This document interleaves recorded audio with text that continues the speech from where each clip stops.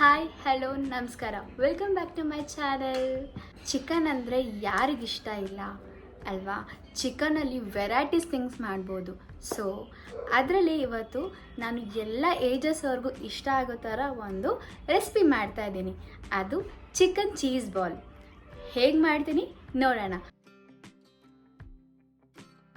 ಆದರೆ ಅದಕ್ಕಿಂತ ಮುಂಚೆ ನೀವು ಚಾನಲ್ನ ಸಬ್ಸ್ಕ್ರೈಬ್ ಮಾಡೋದನ್ನ ಮಾತ್ರ ಮರಿಬೇಡಿ.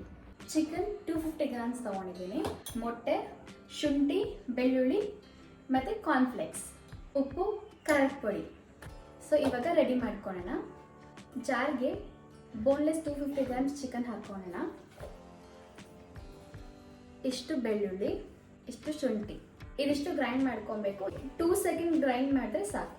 ಸೊ ಈ ಹದದಲ್ಲಿ ಗ್ರೈಂಡ್ ಮಾಡ್ಕೊಬೇಕು. ಸೊ ಇವಾಗ ಇದು ಒಂದು ಬೌಲ್ಗೆ ಹಾಕೋಣ. ಆಗಲೇ ಒಂದು ಇಂಗ್ರೀಡಿಯೆಂಟ್ ಹೇಳಕ್ಕೆ ಮರ್ತೋಗಿದೆ, ಚೀಸ್.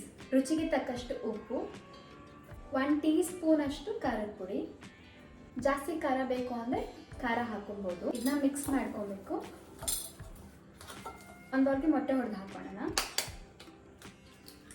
ಚಿಟಿಕೆ ಉಪ್ಪು, ಬೀಟ್ ಮಾಡಿ ಇಟ್ಕೊಬೇಕು. ನೆಕ್ಸ್ಟ್ ಕಾರ್ನ್ಫ್ಲೇಕ್ಸ್ನ ಒಂದ್ಸರಿ ಗ್ರೈಂಡ್ ಮಾಡಿಕೊಂಡ್ರೆ ಸ್ವಲ್ಪ ತರಿಯಾಗಿ ಚೆನ್ನಾಗಾಗುತ್ತೆ.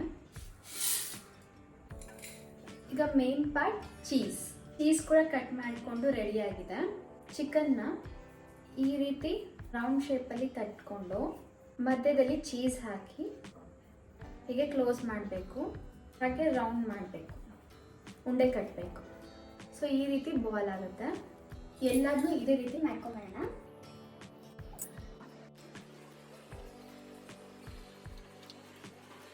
ಸೊ 250 ಗ್ರಾಮ್ಸ್ ಚಿಕನಲ್ಲಿ 8 ಬಾಲ್ಸ್ ಆಗುತ್ತೆ. ಸೊ ಇವಾಗ ನೋಡಿ ಚೀಸ್ ಹಾಕಿ ಬಾಲ್ಸ್ ರೆಡಿ ಮಾಡಿ ಇಟ್ಕೊಂಡಿದ್ದೀನಿ. ನೆಕ್ಸ್ಟ್ ಇವಾಗ ಎಗ್ಗಿಗೆ ಡಿಪ್ ಮಾಡಿ ಕಾರ್ನ್ಫ್ಲೇಕ್ಸಿಗೆ ಮಿಕ್ಸ್ ಮಾಡೋಣ. ಚಿಕನ್ ತೊಗೊಂಡು ಈ ಥರ ಡಿಪ್ ಮಾಡಿ ಕಾರ್ನ್ಫ್ಲೇಕ್ಸ್ ಪೌಡರ್ಗೆ ಈ ರೀತಿ ಮಾಡ್ಕೊಬೇಕು. ಎಲ್ಲದನ್ನೂ ಈ ರೀತಿ ಮಾಡ್ಕೊಳ್ಳೋಣ. ಎಗ್ನ ಈ ಥರ ಡಿಪ್ ಮಾಡಿದ್ಮೇಲೆ ಈ ಥರ ಬೌಲಲ್ಲಿ ಕಾರ್ನ್ಫ್ಲೇಕ್ಸ್ ಹಾಕ್ಕೊಂಡು ಹೀಗಿಟ್ಟು ಹೀಗೆ ರೌಂಡ್ ಮಾಡ್ಕೊಳ್ಳಿ. ಸೊ ನಿಮ್ಮ ಕೈಗೂ ಹತ್ತಲ್ಲ, ಈಸಿ ಕೂಡ ಆಗುತ್ತೆ. ನೋಡಿ ಎಷ್ಟು ನೀಟಾಗಿ ಆಗಿದೆ. ಇಲ್ಲ ಇವಾಗ ರೆಡಿ ಮಾಡಿ ಇಟ್ಕೊಂಡಿದ್ದೀನಿ. ಇವಾಗ ಇದನ್ನ ಡೀಪ್ ಫ್ರೈ ಮಾಡೋಣ. ಎಣ್ಣೆ ಕಾಯಕ್ಕೆ ಇಟ್ಕೊಳ್ಳೋಣ. ಇವಾಗ ಎಣ್ಣೆ ಕಾದಿದೆ. ಲೋ ಫ್ಲೇಮಲ್ಲಿ ಒಂದೊಂದಾಗೆ ಬಿಡೋಣ.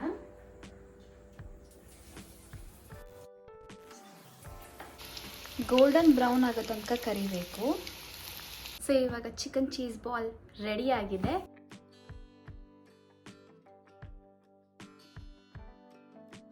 ಹೇಗಾಗಿದೆ ಅಂತ ನೋಡೋಣ. ಆದರೆ ನಾನು ಹೇಳಲ್ಲ, ಇವಾಗ ಹತ್ರ ಹೇಳ್ತಾನೆ ಹೇಗಾಗಿದೆ ಅಂತ. ಹಾಯ್ ಎವ್ರಿವನ್, ಇವಾಗ ನಾನು ಚಿಕನ್ ಶಾಟ್ಸ್ ತಿಂದು ಟೇಸ್ಟ್ ಹೇಳ್ತೀನಿ.